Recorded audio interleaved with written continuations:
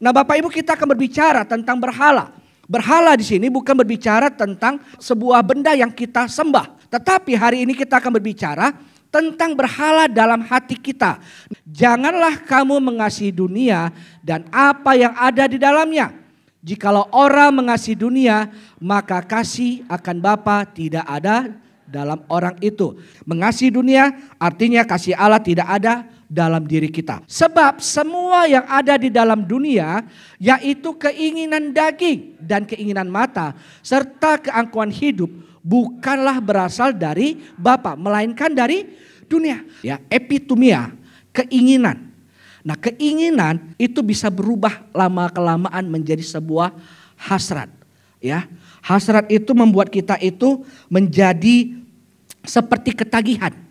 Nah, keinginan dan hasrat itu jika dikembangkan terus, itu akan menjadi sebuah seperti kata kerinduan, kecanduan. Nah, epitumia kita ini apa?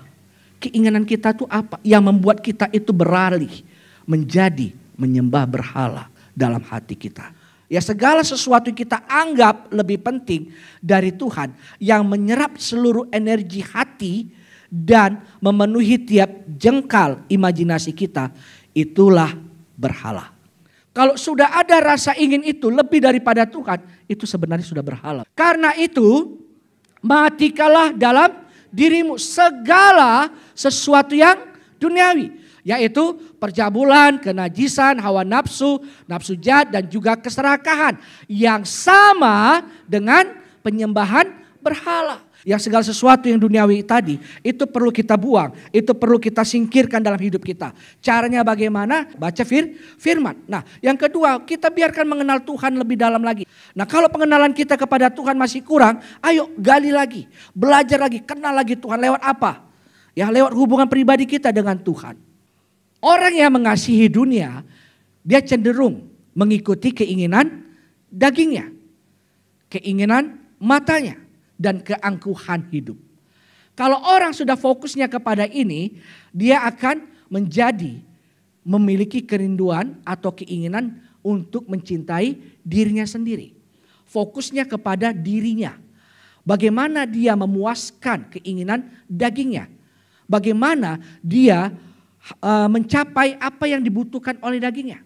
Sehingga dia menjadi orang yang berfokus kepada dirinya sendiri. Berpusat kepada dirinya sendiri. Nah, orang yang berfokusnya kepada dirinya sendiri, orang yang berpusat kepada dirinya sendiri, dia akan mengalami yang namanya apa? Kebinasaan. Ya, dunia sedang lenyap. Ya, parago bahasa Yunaninya. Ya, pergi menjauh, meninggalkan Allah. Kalau kita yang sudah mengenal Tuhan lalu meninggalkan Allah, apa jadinya Bapak Ibu? Hidup kita akan binasa. Kalau kita mengasihi Bapa, kita melakukan kehendak Dia. Dan kalau kita melakukan kehendak Dia, fokus kita, pusat kita menjadi Kristus. Dan kalau pusat kita tetap Kristus, kita akan memiliki hidup yang kekal. Ingat kasih Tuhan, pengorbanan Tuhan. Bapak Ibu, 1 Petrus 1 ayat 18 berkata, kamu telah ditebus dari cara hidupmu yang sia-sia. Bukan dengan emas dan perak, tetapi dengan darah yang mahal. Biarkan pengorbanan Kristus itu ada di hati kita dan kita renungkan, kita bersyukuri. Dan itu akan membuat kita jatuh cinta kepada Tuhan. Kenapa? Karena pengorbanannya begitu besar. Kalau kita fokus kita kepada Kristus, kita lihat pengorbanannya, karyanya, pertolongannya, maka di hati kita hanya ada Yesus. Ya, biarkan pusat kita sekarang kepada Kristus. Nah, dahulu berhala itu sepertinya menguntungkan dan berharga. Tetapi sekarang itu kuanggap rugi karena pengenalan akan Kristus. Oleh karena Kristuslah aku telah melepaskan semuanya itu dan menganggapnya sampah supaya aku memperoleh Kristus.